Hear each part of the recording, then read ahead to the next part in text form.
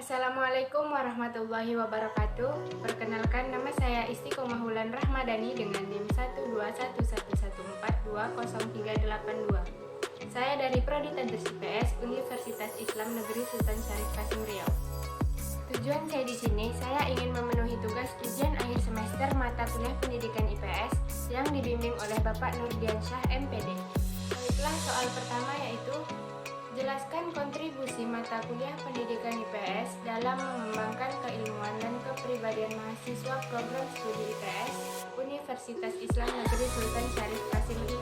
Nah, secara akademis, IPS akan memberi sokongan ke arah terciptanya warga negara yang baik.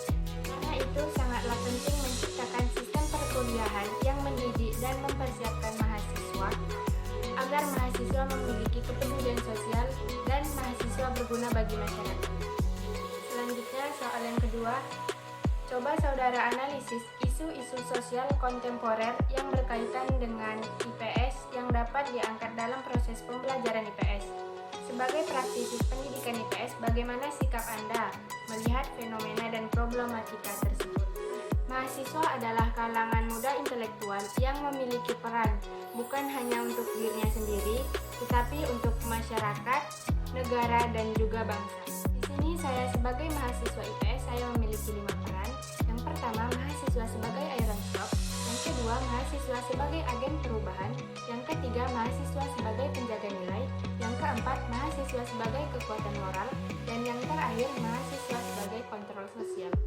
Selanjutnya, soal yang ketiga, tujuan akhir pendidikan adalah memberikan kemampuan kepada peserta didik untuk berperilaku sesuai dengan konsep yang dipelajarinya. Karena itu harus diimplementasikan melalui 2 strategi, yaitu pendidikan sebagai transfer of knowledge dan pendidikan sebagai transformation of valuation. Deskripsikan kedua strategi tersebut dan berikan contoh implementasinya. Nah, transfer of knowledge merupakan ilmu pengetahuan dan pemahaman.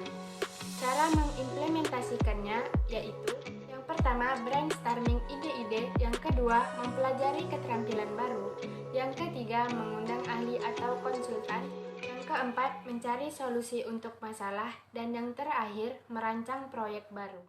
Nah, sedangkan transformation of value ialah mentransfer nilai-nilai moral dan kebaikan.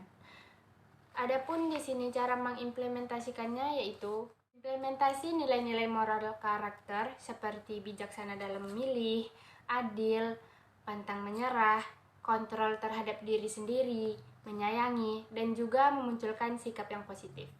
Selanjutnya, soal yang kelima, coba saudara uraikan serta jelaskan tentang strategi pembelajaran nilai dan keterampilan sosial dalam pendidikan IPS.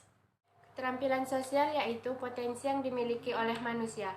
Ada beberapa cara untuk memberdayakan keterampilan sosial ini, yaitu dengan cara mengoptimalkan strategi pembelajaran yaitu kooperatif. Hasil belajar kemampuan memahami dan menganalisis materi IPS dengan menggunakan strategi yang kooperatif memiliki keunggulan yang lebih tinggi daripada menggunakan strategi pembelajaran tradisional. Baiklah, soal yang terakhir yaitu jelaskan serta uraikan latar belakang lahirnya dan berkembangnya IPS di Indonesia dan bandingkan dengan pendidikan IPS di luar negeri. Nah, ide IPS berasal dari literatur pendidikan Amerika Serikat. Nama asli IPS di Amerika Serikat adalah Social Studies.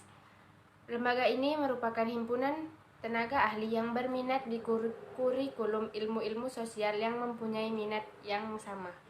Di Australia, menekankan pada pengembangan nilai-nilai dan tingkah laku peserta didik. Baiklah, cukup sekian yang dapat saya sampaikan. Lebih dan kurang saya mohon maaf. Wabillahi taufiq wal hidayah. Wassalamualaikum warahmatullahi wabarakatuh.